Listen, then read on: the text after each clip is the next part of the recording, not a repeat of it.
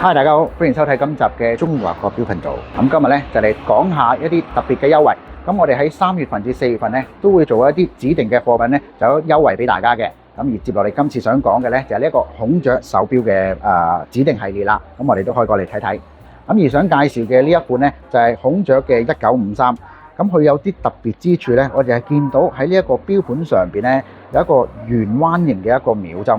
咁其實呢一個係點嚟嘅呢？其實當中咧就有少少故事想講下嘅。咁佢就係源自於1970年咧，中國成功咁發射咗第一粒人造衛星，就係呢一個東方紅啦。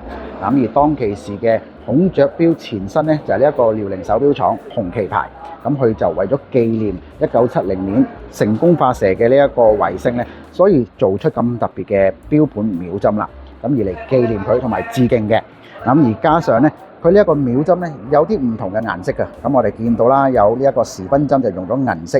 咁但係咧，佢呢一個秒針咧就用咗敲藍針嘅設計。咁而錶頭咧就用咗一個好似紅色嘅指針咁樣，咁就可以清楚咁見到佢呢個秒針行走嘅時間啦。咁而再加上咧喺呢一個錶盤裏邊嘅數字咧，就係利用咗呢一個中國傳統嘅暫刻工藝，咁即係有時一個書法嘅韻味。咁而呢一個咧亦都係人手雕刻出嚟嘅。咁再睇埋呢一個錶盤6點嘅位置，我哋見到咧有一個和平雀。咁而另外一款咧，我哋亦都見到咧係有呢一個叫做鴨綠江大橋嘅。咁啊分別咧，鴨綠江大橋咧就係呢一個日曆咧就顯示喺19號，咁而和平雀咧就顯示喺27號嘅。咁如果大家想詳細知道佢嘅故事嘅話咧，可以睇翻我哋之前所介紹呢一款手錶嘅 YouTube 啦。嗱，咁而佢今次嘅呢一個顏色上邊咧就有分別為三文魚色啦，而呢一個綠色咧亦都係特別限量版嚟嘅。咁仲有一個銀色，咁而同埋咧我手上戴緊嘅呢一個係米黃色。咁而 size 嘅直徑咧就係38.5mm。咁而佢嘅呢一個錶殼嘅用料咧就係用咗 904L 嘅不鏽鋼。咁而佢嘅厚度咧亦都係做得非常之薄嘅。咁我哋都可以見下呢一個厚度。咁我哋都俾大家睇下佢本身後邊嘅呢一個錶底係點樣啦。咁而家呢一個孔雀手錶咧，佢工藝上、技術上邊嘅打磨咧，都係做得非常之好嘅。所以我哋淨係單單見到佢嘅錶托啦，都係用咗一啲圓形嘅日內瓦紋。咁而錶托入邊呢一個位置咧，就係用咗一啲日內瓦紋嘅打磨啦。咁而佢嘅打磨細緻咧，亦都係非常之有細。咁再加上啦，佢另外一個比較特別啲嘅，就係見到佢呢度有組號碼。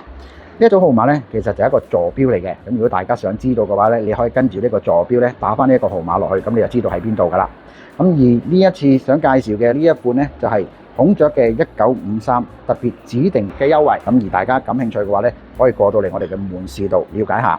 咁而除咗介紹呢一款之外咧，我哋仲有就係呢一個潮駝嘅陀飛輪啦。咁佢一共咧就有3種唔同嘅顏色，有銀色啦、玫瑰金色，同埋呢一個喺市面上咧都做咗一啲比較少有嘅顏色，就係呢一個錶殼用咗電鍍藍色。咁而佢本身嘅甲板上邊咧，我哋都見到有好多唔同嘅高低起伏，咁亦都做到一啲層次感。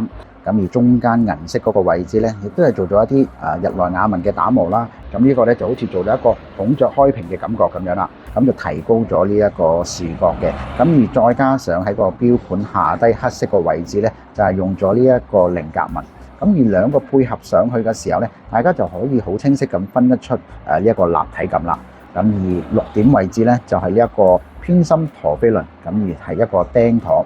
咁而釘陀嚟講嘅話咧，陀飛輪啊，亦都係一啲叫做比較懷舊嘅，同埋個工藝上邊咧都係比較反覆嘅，因為佢嘅嗰個釘陀咧係需要調節翻唔同角度嘅一個重量啦，而擺動咧係需要平衡嘅。咁而佢嘅錶殼咧就係直徑44mm。